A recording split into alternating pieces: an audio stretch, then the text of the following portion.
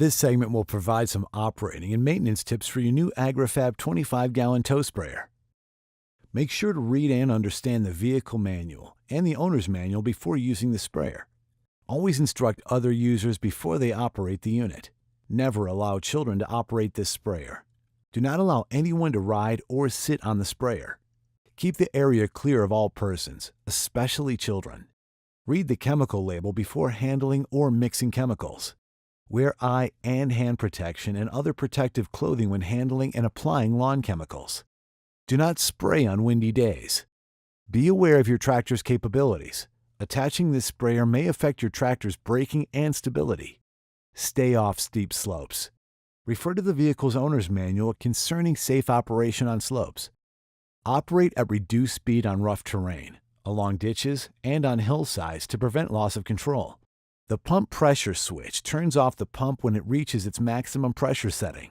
Very low demand may cause the switch to rapidly cycle the pump on and off. Avoid prolonged periods of rapid continuous cycling. The on-off valve shuts off the flow to the boom nozzles.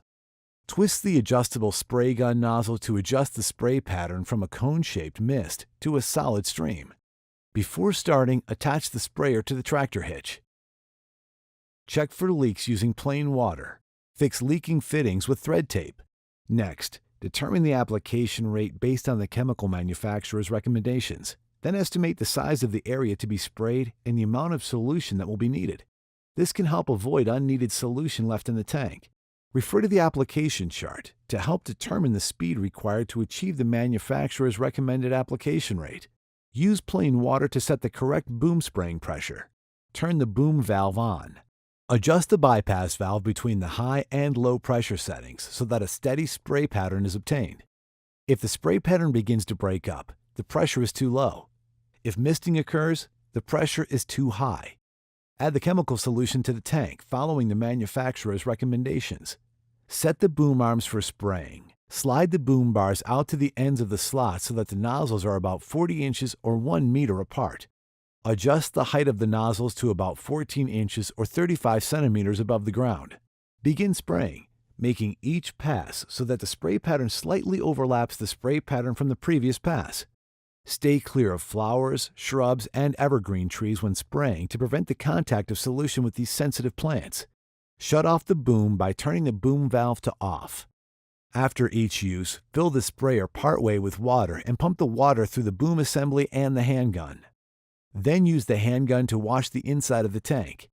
Refill the tank about half full of water and a chemical neutralizer solution and repeat the cleaning instructions. Follow the manufacturer's instructions for disposal of all chemicals. Periodically, clean the tank strainer on the end of the intake hose. Remove the nylon swivel nut from the hose. Pull out the screen and flush it with water. Clean the strainers in the boom nozzles. Remove the nozzle, pull out the screen, and flush it with water.